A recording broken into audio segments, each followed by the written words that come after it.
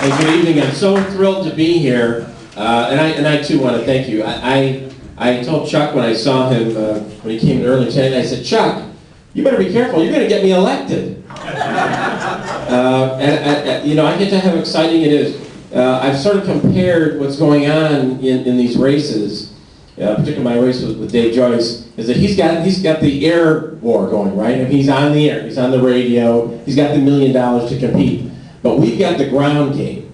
We've got the army in the street. And it is really, it's humbling to hear stories about 50 signs going up and going door to door and stuffing mailboxes and covering all those precincts in Lake County. It's incredible.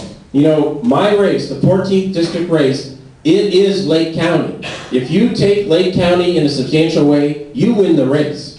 So I'm expecting big things from Lake County. That's because that's where the population is. You know, there's 7 counties in this huge 14th district. And I'll just tell you a couple of quick stories about what's been going on in the campaign, because it's a little overwhelming to me sometimes. But because there's groups all over. I was down in Stowe, Ohio, and I had been out in Ashtabula. 2 weeks ago, I was down in Columbus on a Wednesday, and we were in session, and I had some supporters out in Ashtabula that had put together an event in a little town called Rock Creek, Ashtabula. Oh, some of you know Rock Creek. Well, you know it better than me, because I'd never been there before. And I had to drive 3.5 hours from Columbus to get to Rock Creek, Ashtabula. And I'm thinking, you know, I'm tired. We were in session all day in Columbus, and you know, how many people am I going to meet in Rock Creek, Ashtabula? And I turn off of 90, I think it is, onto 45, and I'm driving down 45, which is a main street, into Rock Creek. And I start seeing Matt Lynch signs in front yards. I couldn't believe it. And I pull up to the storefront. These supporters had turned into a Matt Lynch headquarters, and there are 50 people in that room. And they're excited and passionate about getting a conservative elected to Congress. And folks, that passion is what makes the difference. Your energetic support for constitutional conservative values is going to elect folks like myself and Kim and George, and really, you know, with God's grace, turn this country around. Because we are and I don't have to tell you this, I know I'm preaching to the choir, we are in a world of hurt in this nation. We've turned our back on God, we've turned our back on our Constitution, and you know, it would not be a surprise that this nation suffer a great discipline here. But there are those of us that believe in the principles of the Bible, that believe in the principles of the Constitution, that are willing to be the loud voice for those values. That's why I put on all my signs: faith, family, and freedom. Those are the things that I believe in, and those are the things that I will fight for when you send me to Washington, D.C.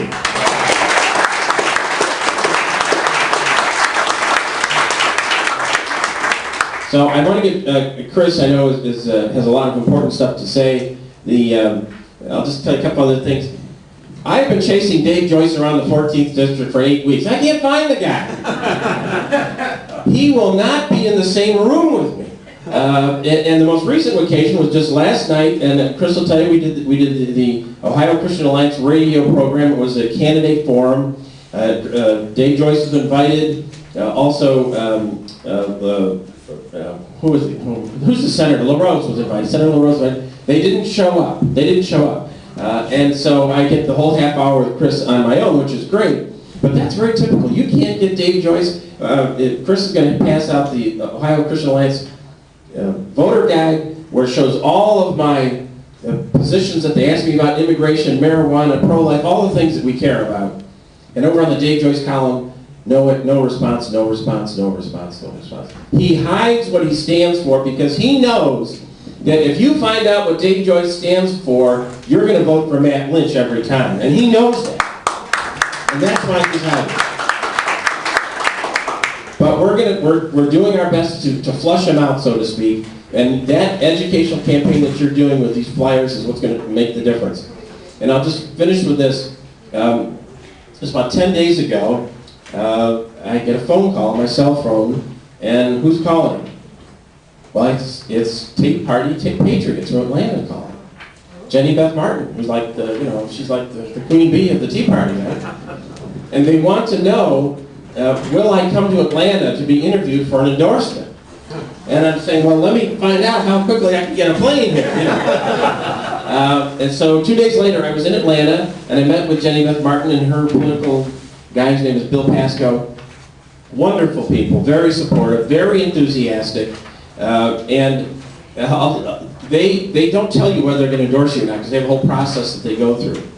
But at the end of the meeting, Bill Pasco, and they were both very receptive to my candidacy, Bill Pasco says, "You should ask me for a donation." I said, "Okay, I'd love to get your support." He says, "Well, you should ask me for a maximum contribution, which is $2,600. I said, "Okay," and he wrote out a check for $2,600. So if that's any indication of whether or not they're going to endorse me, I think we're in very good shape. And so I think we're going to see in these last few days of the campaign more of these groups like FreedomWorks getting involved and supporting what you're doing on the ground by doing more of that air game that we don't have the money to do that, but these groups do. We can win this election, folks, and the establishment Republicans know we can win it, and that's why they're scared. And of all the things we're doing, the leaflets and the phone calls and the emails, and which is so incredibly important, the most important thing you can do is what we did here tonight. And what someone early in my campaign said, what's the most effective thing we can do? The most effective thing is prayer. Because if God blesses our efforts, nothing that Dave Joyce matters. Is what he does matters. Because we'll be able to win this election.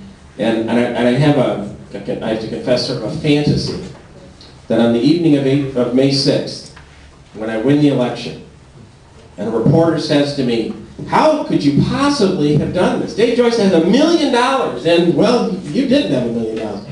How is it that you could win this election?" And I want to be able to say, we won this election because God poured out His grace on our campaign as a result of the prayers of His faithful people, and that's why we'll win this election on May 6th. I'll be around, but I want to turn this back over because I know Chris has got a lot of important stuff to say. Okay. Those of you that were here a couple of months ago, you know that I may be technically challenged in getting sound and video connected at the same time. So we're going to give it a shot here with this video presentation. It's a 5-minute video that's going to kick off Chris Lung's presentation. I'll start and I'll use it as part of my presentation. That'll give you time to get it linked up. Go ahead. Come on up. Right. Welcome Chris Lung, President of the Ohio Christian Alliance. You need to turn it up some more. Is the volume okay in the back? Yeah. Volume is okay? Okay. Chuck, thank you. It's good to be here with you all. Thank you for having me tonight. I want to ask a question. I'm going to have to disconnect the microphone to be able to hook up the sound. Okay. So I don't need a microphone. Can you still hear me? Right? Can you hear me back there? Yeah. Good. Okay. How many here already voted for the primary? Raise your hand high if you already voted. Keep it up. Your hand's not high enough.